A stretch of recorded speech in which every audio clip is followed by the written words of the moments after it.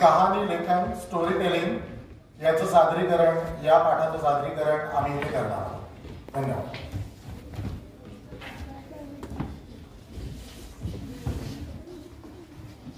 अरे ये क्या हो रहा है? ये क्या कर रहे थे सारे?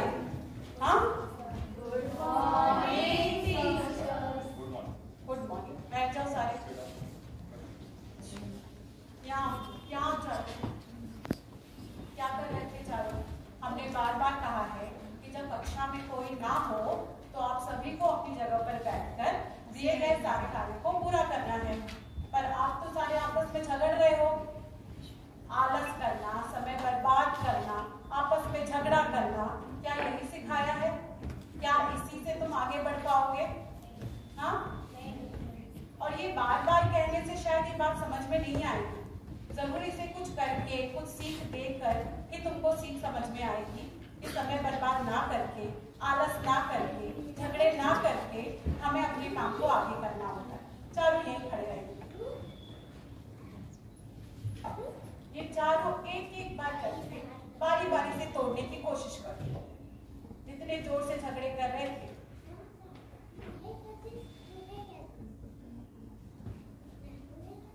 क्या हुआ? आपस में झगड़ा करना, बेकार की बातें करना बड़ा आसान लगता है, पर ये छोटा सा कार्य नहीं हुआ ना, नहीं तोड़ पाए। ठीक है, अब बारी बारी से इसे तोड़कर दिखाओ। तोड़ो। बड़ा आसान था, बड़ी आसानी से टूट गया।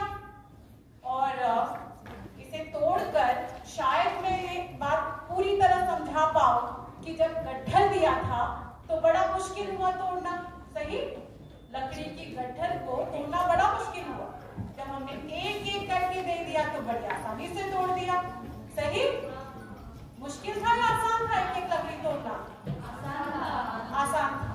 तो इसी तरह जब तुम सारे एक दूसरे से अलग हो जाते हो, दूर हो जाते हो, मनमुटाव पैदा करते हो और आपस में झगड़े करते हो, तो किसी दूसरों को तुम्हें और दूर करना बड़ा आसान हो जाता है। सही ना? अपनी जगह बैठ जाओ। आज हम इसी तरह से इस कृति द्वारा कहानी लेखन सीखेंगे। यहाँ आज हम इसी कृति द्वारा एक कहानी लेखन सीखेंगे। किसी खास घटना का वर्णन करना ही कहानी लेखन कहलाता है। कहानी लेखन करते समय हमें कुछ बातों का ध्यान रखना होता है। जैसे कि सबसे पहले आप कहानी को क्या करेंगे, 2 से 3 बार उसकी जो रूपरेखा होती है उसे 2 से 3 बार क्या करना चाहिए, अच्छे से पढ़ना चाहिए, उसको आत्मसात करो, उसे समझो। ठीक है, उसके बाद में क्या करते हैं हम लोग, सबसे पहले कहानी का शीर्षक लिखते हैं। शीर्षक लिखते वक्त क्या ध्यान रखना होता है कि शीर्षक जो है वो वाक्य में ना हो, बल्कि 1 या 2 शब्द में होना चाहिए, और शीर्षक का जो है संबंध उस कहानी से अवश्य होना।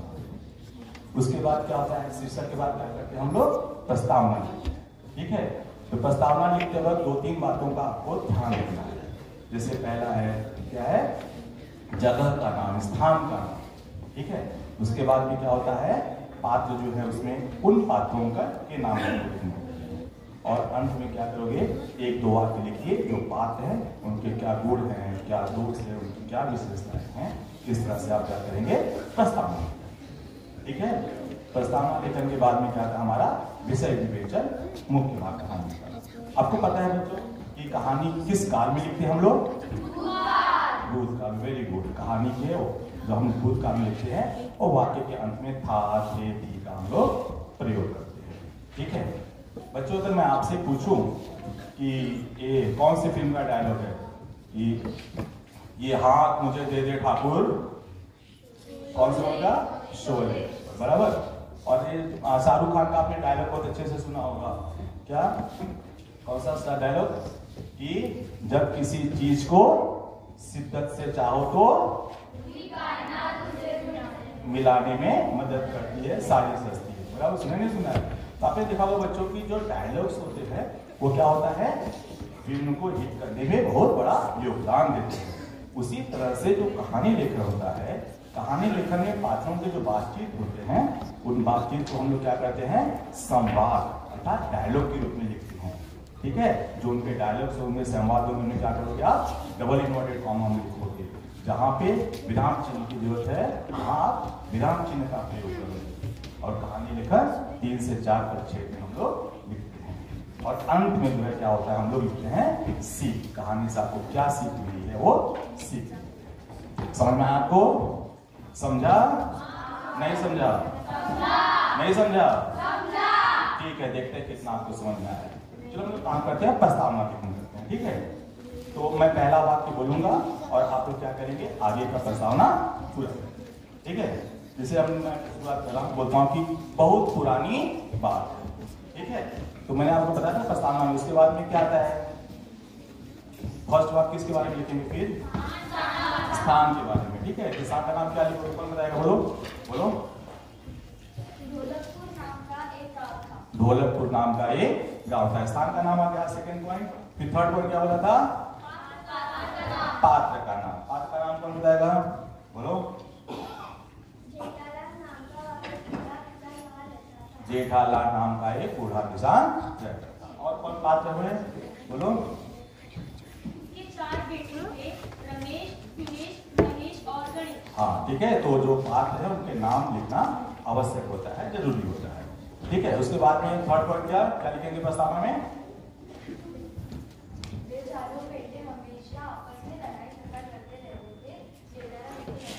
उससे बहुत दुखी और परेशान रहता था। इस तरह से क्या करेंगे, प्रस्तावना लेखन लिखेंगे। ठीक है, तो प्रस्तावना लेखन कोई करना, आपको जगह का नाम, पात्र का नाम और पात्र की क्या विशेषताएं हैं उसके बारे में आपको वहाँ पे मेंशन करना है, लिखना है। बहुत अच्छा आपने बताया, तो ताली बजाओ आप लोगों ने, बहुत अच्छा, वेरी गुड वेरी गुड। इसके बाद में आप क्या करेंगे, फिर कहानी लिखना स्टार्ट करेंगे, विषय विवेचन करेंगे और लास्ट में सीख।